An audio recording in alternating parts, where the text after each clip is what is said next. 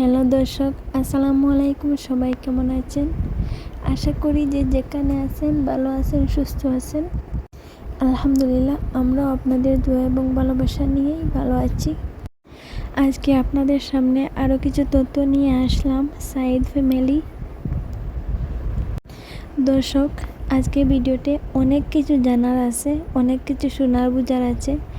একটু ধৈর্য সহকারে শেষ পর্যন্তই সঙ্গে থাকুন। দর্শক, আমরা বেশ কিছুদিন থেকে দেখতে আসছি টিয়ার চ্যানেল। তো টিয়া চ্যানেলে প্রথমে নামটাই ছিল তাদের চ্যানেলে টিয়া। আর তিশা যে তিশা মেয়েটাকে নিয়ে আজকে অনেক গুরুত্বপূর্ণ কিছু কথা বলবো। তো এতে করে কার কেমন মতামত কমেন্ট বক্সের মাধ্যমে লিখে যাবেন। যখন সাঈদের আগের স্ত্রী ছিল, প্রথম স্ত্রী, তার ঘরে একটা সন্তানও ছিল, মেয়ের সন্তান। তার নাম হচ্ছে আকসা। তো আকসা, তার মা আর আকসার বাবা, তারা তিনজনের ফ্যামিলি ছিল। তার মাঝ থেকে তিশা এসে পড়লো। তো তিশা কিভাবে এসে পড়লো, তাদের তিনজনের সুখের সংসারে তিশা কিভাবে এখানে আসলো, দর্শক সম্পূর্ণ তথ্য জানতে হলে সম্পূর্ণ ভিডিও ধৈর্য সহকারে শুনে নেবেন। তো সাঈদ ফ্যামিলি খুবই ভালো চলছিল প্রথমে তিনজন। তারপর তিশা তার হাজব্যান্ডের বাড়িতে ছিল। তিশারও আরেকটা সন্তান আছে আগের হাজব্যান্ডের পক্ষের। দর্শক, তিশা তার হাজব্যান্ডের বাড়িতে থাকা অবস্থায় সে সাঈদের সাথে সম্পর্কে জড়িত হয়েছে, যেটাকে বলে অবৈধ সম্পর্ক। আর সাঈদের সাথে সম্পর্ক হওয়ার পরে তিশা তার আগের হাজব্যান্ডকে ডিভোর্স দিয়ে দেয়। একটা ছেলে সন্তানও ছিল তিশার, কিন্তু সেই ছেলে সন্তানের দিকে একবারের জন্য তিশা ফিরে তাকায়নি। আগের হাজব্যান্ড এবং তার নিজের সন্তানকে ছেড়ে চলে আসে শুধুমাত্র সাঈদের জন্য, আর সাঈদকে ভালোবাসে তাই। কিন্তু তিশা একবারের জন্য কি সাঈদকে জিজ্ঞাসা করে নাই যে সাঈদের কি কোনো ওয়াইফ আছে, সাঈদের কি কোনো পরিবার আছে বা কোনো সন্তান আছে? এরকম কথা কি কখনো জিজ্ঞাসা করে নাই? আসলে এরকম কিছু হতে পারে না। কারণ হচ্ছে তিশা তো ওই রকম মেয়ে। তিশা তো একেবারের জন্য তার ছেলের দিকে ফিরেও তাকায়নি। সে চলে আসছে তার আগের হাজব্যান্ড ছেলেকে ছেড়ে। হাজব্যান্ড থাকুক বা না থাকুক, হাজব্যান্ডের জন্য নয়, অন্তত পক্ষে ছেলেটার জন্য সে থাকতে পারতো। তো তিশার মনে কেমন মায়া, কেমন ভালোবাসা, এটা আমরা সবাই জেনে গেছি যে তিশা কোন রকমের মেয়ে হতে পারে। তিশা তার চ্যানেলে একটা ভিডিওর মাধ্যমে বলেছে সে নাকি সাঈদকে একদিনে জিজ্ঞাসা করেনি যে সাঈদের কি আর কোনো ফ্যামিলি আছে বা সাঈদের কোনো ওয়াইফ আছে। সেটা নিয়ে নাকি তার কোনো ম্যাটার ছিল না। দর্শক, এতে আপনাদের মনে কি প্রশ্ন জাগছে? কথাগুলো কি ঠিক এরকম হতে পারে? কমেন্টের মাধ্যমেই জানিয়ে যাবেন। দর্শক, আমরা অনেকেই জানি তিশা কতটা জেদি মেয়ে। তার জেদ তার কাছেই বড়। সেটা ভুল হোক আর শুদ্ধ হোক, তাতে কোনো যায় আসে না। তার কাছে তার জেদটাই আসল। এতে করে কারো জীবন যায় যাক, আসে আসুক, তা কিন্তু তিশা দেখেনি। যদি তিশা সেটা দেখতো তাহলে তার নিজের সন্তান ফেলে অন্য একটা ছেলের হাত ধরে আসতো না। আর সেই জায়গায় সাঈদ কীভাবে তিশাকে বিশ্বাস করে আছে। তিশার জীবনে কারো কোনো মূল্য নেই, এটা আমরা সবাই জানি। তিশা যে কোনো সময় সাঈদের সাথে বিশ্বাসঘাতকতা করতে পারে। বন্ধুরা, এখানে আমরা দেখতে পাচ্ছি তিশার জন্য কতটা জীবন নষ্ট হয়ে গেল। প্রথমত হচ্ছে সাঈদের বড় স্ত্রী আকসার মা, তারপর আকসা মানে সাঈদের বড় স্ত্রীর মেয়ে, দুটো জীবন নষ্ট হলো।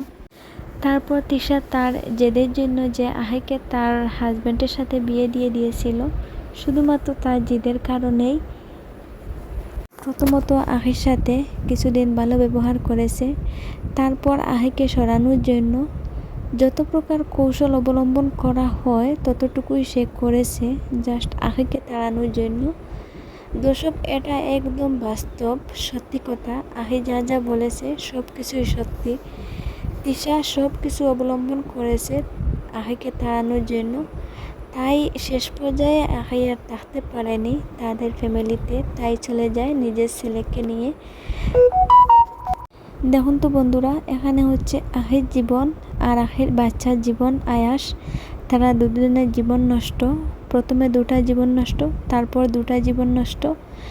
আর পিছনের দিকে তাকালে দেখা যাচ্ছে তিশার হাজব্যান্ড তো আরেকটা বিয়ে করে নেবে, কোনো সমস্যা নেই, কিন্তু তার নিজের যে একটা সন্তান রেখে এসেছে, তার জীবন মোটামুটি 5টা জীবন নষ্ট করে দিয়েছে এই তিশা মেয়েটা। কতটা ভয়ানক, কতটা ভয়ঙ্কর ওই মেয়েটা, আপনারাই চিন্তা করে দেখুন। আমার কথার মধ্যে যদিও কোনো ভুল ত্রুটি হয়ে থাকে সেটাও আমাকে বলে যাবেন। আমি জাস্ট সংক্ষেপে কিছু কথা বলছি আপনাদেরকে বোঝানোর জন্য।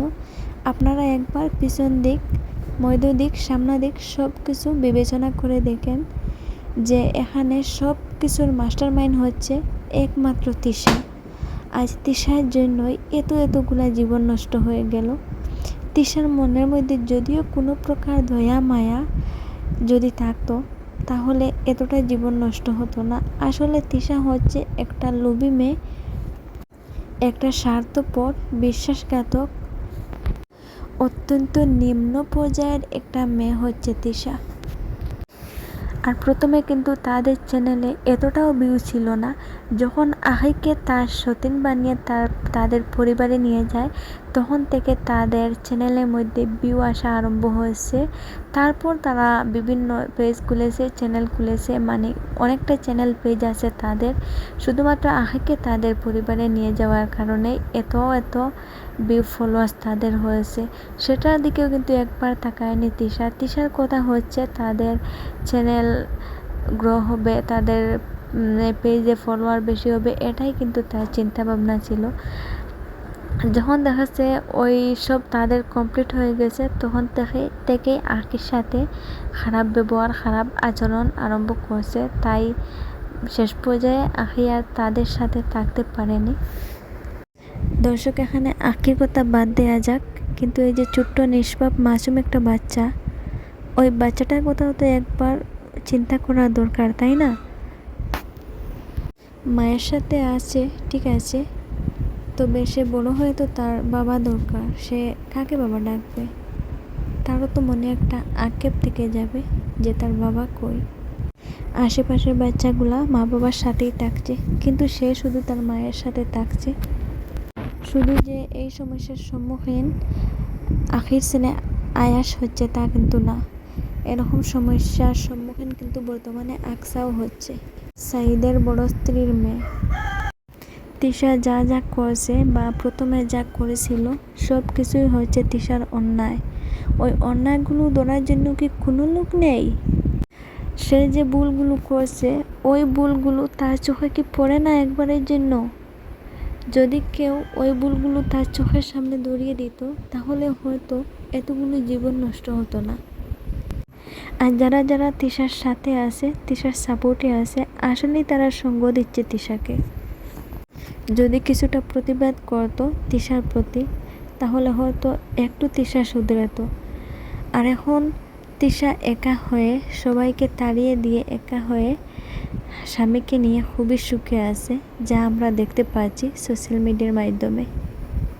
দর্শক, আপনারাও দেখতে পারেন। তো আজকের ভিডিওটা অনেক বড় হতে চলেছে, তো পরবর্তী ভিডিওতে আরও নতুন তথ্য নিয়ে আসব। আজকের জন্য এই পর্যন্তই। আল্লাহ হাফিজ।